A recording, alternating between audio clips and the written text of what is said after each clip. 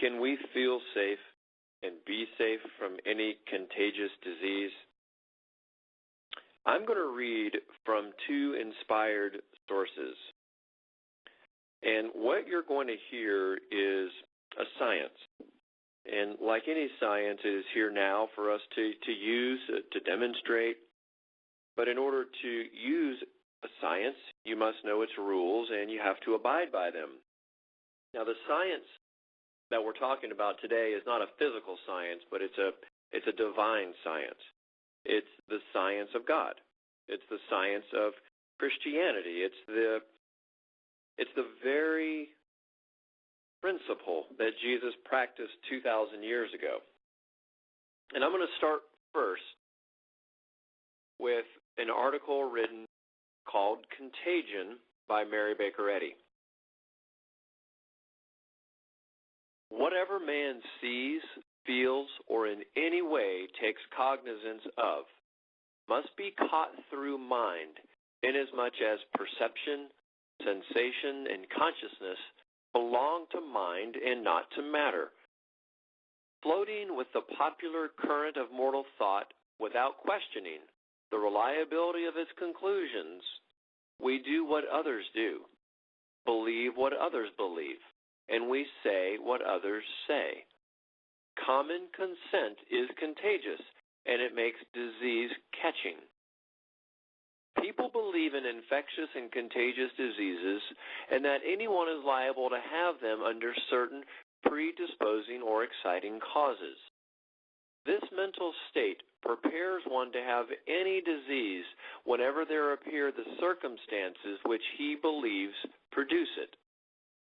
If he believed as sincerely that health is catching when exposed to contact with healthy people, he would catch their state of feeling quite as surely and with better effect than he does the sick man's.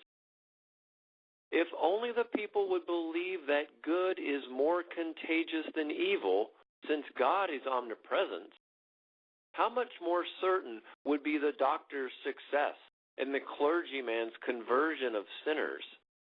And if only the pulpit would encourage faith in God in this direction and faith in mind over all other influences governing the receptivity of the body, theology would teach man as David taught.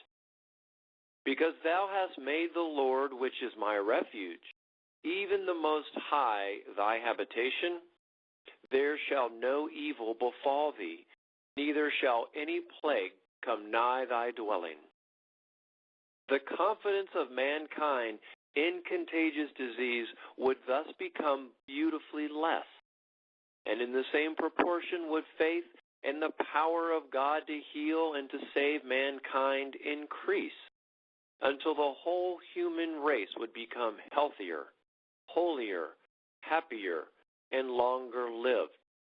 A calm Christian state of mind is a better preventative of contagion than a drug or than any other possible sanative method. And the perfect love that casteth out fear is a sure defense. And then from the King James Bible, the 91st Psalm. And with this science in mind, let's listen to it now. He that dwelleth in the secret place of the Most High shall abide under the shadow of the Almighty.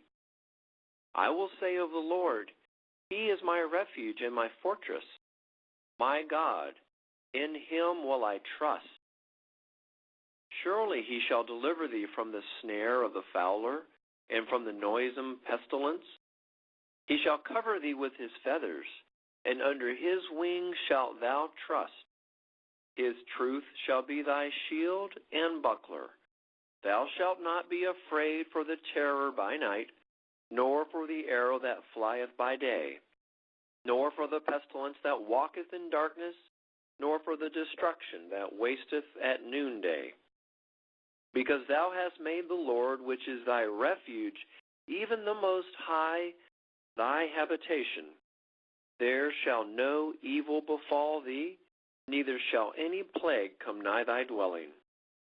For he shall give his angels charge over thee, to keep thee in all thy ways. They shall hear thee.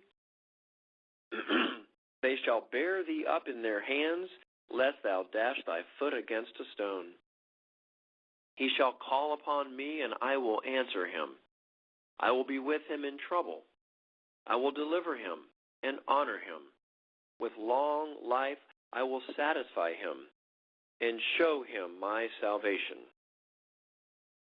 This science of God it's beautiful and it's natural. And certainly it is the kingdom of God that is within us. Thank you for listening to the article on Contagion by Mary Baker Eddy and an excerpt from the 91st Psalms. We can rise up and be confident and cast out the fear that says disease is real, powerful, and contagious. God has said so. We put our faith in God, and that's where we shall rest.